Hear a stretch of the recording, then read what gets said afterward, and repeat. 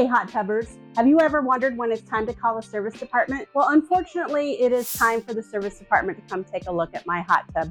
I've had this hot tub now for about 6 years, and it is just time for the jet pumps are actually going out. So on my particular hot tub, what we've got going on here right now is let's turn that off, but jet 1 is, you can hear that. Can you hear that humming? If not, I've got another video that shows that. So this hot tub is actually, I need to replace that pump. Probably just a bad pump seal, but it's not working. Also on my pump 2, it is working pretty good on the low speed, but if I hit the high speed, you can really hear that humming, and it's making way more noise than it should make.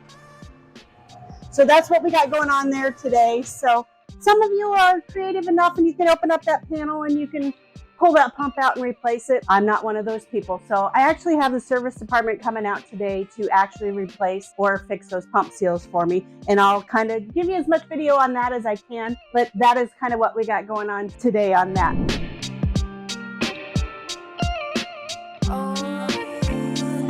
Okay guys, I made it back here into the studio where you can hear me a little bit better and the sound's a little louder. So you can see here that the service tech is looking at both of the pumps. Both pumps were shot. The pump seals had worn out and they just weren't working anymore. So one was actually starting to leak a little bit, and the other one was just, it was running really hot and it was ready to go. I was able to get both of those covered under warranty, as the warranty time frame was still good on those. And the next thing that happens is they get them all switched out, they hook everything back up, and then you can see here in this video that my hot tub is running just like it's brand new again.